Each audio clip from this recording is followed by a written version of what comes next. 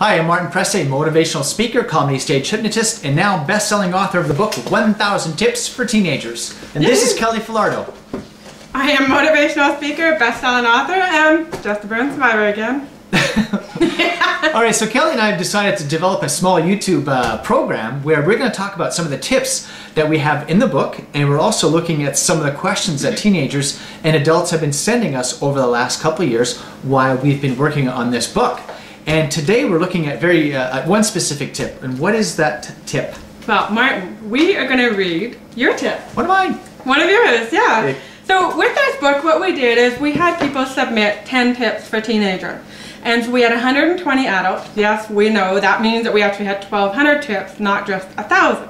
We like to overdo things. We do, I know. Yeah. Martin kept telling me, Kel, quit accepting it. We need to end it. And I'm like, no, there's more coming. So anyway, so I love Martin's number 8 tip.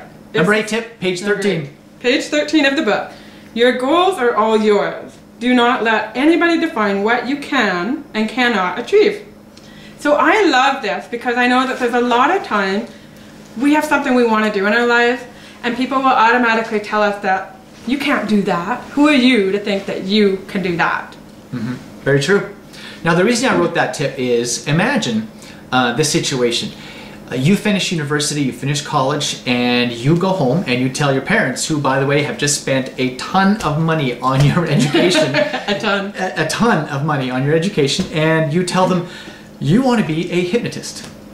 How? After you spent all this training becoming a what? A teacher. I was going to be. That's right, yes. You're going to be a teacher, yes. And then decide you want to be a hypnotist. Yeah, that's right. And then I went to another college and got a diploma in computer science. So I spent all those years in advanced education, and I just, my best answer is, I love my education, now I want to be an entertainer. Oh my gosh. Yeah, so you are a parent nightmare. I can be, yeah, it would have been very tough for my parents.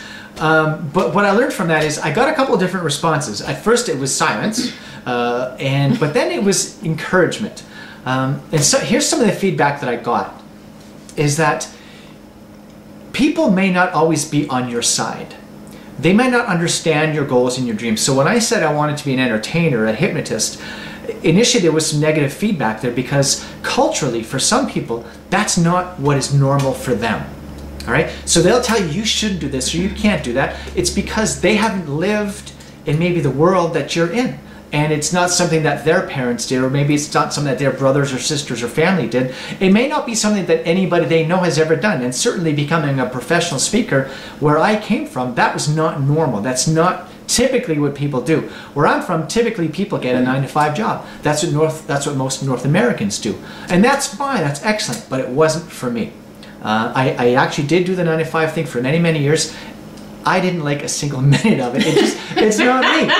You can't make people laugh. No, I have to make people laugh. And I'd rather be working on a Sunday night at 7 o'clock making video clips. That's what I like to do. I could do this for 12 hours. I love to entertain. I would pack up my stuff right now and travel, 1,000 miles to do a show at midnight in some small little town that nobody's going to ever hear about, where there's maybe 12 people in the audience, 9 of them are drunk and 3 of them are making out, okay? And I'm okay with that. And he drags me too. And I'll bring Kelly. But that's my life. That's what excites me. That's what I think is a lot of fun.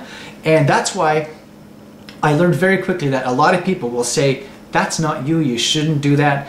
And you quickly have to learn to ignore that because they may not understand the thing that drives you. It's just not part of their makeup. So I hope that you have the courage and the strength to say, all right, I understand. It's not personal. It's just not what they understand. So, well, I had a little bit of a different situation. I was in a situation where I still didn't know what I wanted to do. I had finished high school, and my mom said to me, Cal, I think you should go to the university, become a nurse, since you got burnt, and you would probably relate to other burn survivors, so I think it would make sense that you become a burn nurse on the burn unit. I understand that. Right? Yeah. Yeah. Sounds normal. I hated the thought, because I know that nurses also have to put people in pain, and the burn survivors are already in pain, and yet put them in more pain. Plus, I know that with my ear, because it got burnt off, I have horrible hearing, and I would just feel too insecure with that. So it didn't excite me at all to be a nurse. And so I had to come up with something else. Right? That's not easy. No. That's not easy. So how'd you come up with something else? Well, I just decided I was just going to go to work and be a secretary to start with. And then eventually I realized that I wanted to go to school and go to computer school. And what was really cool is that when in high school, I only ever got above a 50 or a 60 because I wasn't very smart. Well, it wasn't because I wasn't smart, it was because I didn't apply myself. I don't think you're interested. I wasn't interested. Because you are smart. Yeah. Yeah. You think I'm smart? I do. Okay, good to know. She's going to use that against me now. I'm smart. Do what I tell you to do. I know. But anyways, when I went to computer school, which was about a year or two later, I ended up getting 80s and 90s. There you go. And it was fabulous because I was doing something that I was completely interested in. And that was the important thing. But here's the ultimate message that I want to get across to you today. A lot of times people will tell you that you can't do something when you really can. Mm-hmm. And sometimes what happens is when someone says, you can't do that, immediately our ego wants to say, you're right, you can't do that. And a lot of times we listen to our ego and we don't even try. And that's what you have to stop doing. You have to stop listening to your ego. If you really want to do something, you have to do this. And this is my secret. This is how I take the T out of can't. Love it.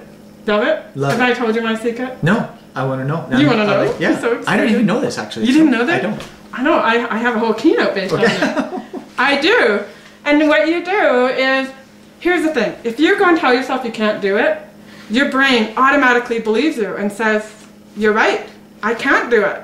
Because you've been telling yourself you can't do it. What you need to do is ask yourself one question. How can I do it? Mm-hmm. And when you ask yourself that question, all of a sudden your brain opens up and it says, that's right, how can I do it? You haven't put a block up. When you say I can't do it, you put a block right there, you put up a wall, and you're right, you can't do it. But when you say how can I do it, all of a sudden your brain starts working and it says, how can I do it? And it starts looking for solutions and it looks for reasons on how you can do it.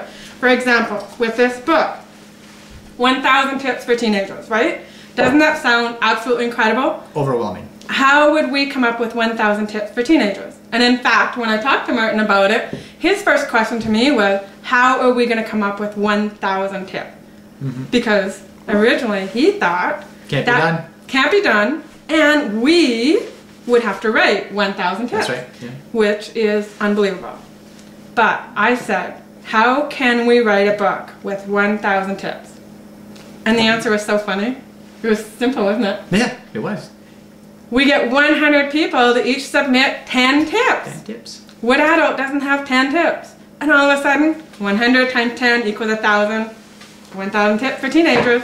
In fact, 1,200 tips because we had 120 people. Perfect.